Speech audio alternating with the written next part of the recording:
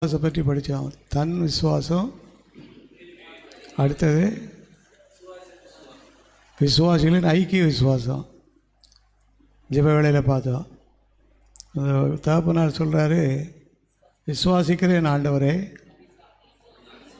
அவிசுவாசம் நீங்கும்படி உதவி செய்யும் என்று கண்ணீரோடு கேட்கும். அப்படி சொல்லும்போது ஆண்டவர் ஒரு காரியத்தை செய்தார். எல்லாவற்றையும் நன்றாய் செய்கிற ஒரு ஆண்டவர் பாருங்க என்ன செய்தாராம்? 25வது வசனத்தில்,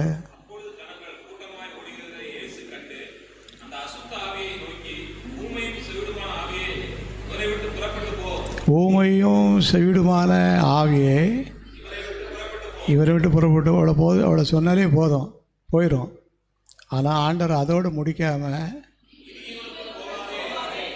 இனிமேல் இவனுக்குள்ளே போயிடாத, தொலைச்சி விடுவானே, இனி இவனுக்குள்ளே என்ன செய்யாத, அதான் நன்றாய் செய்.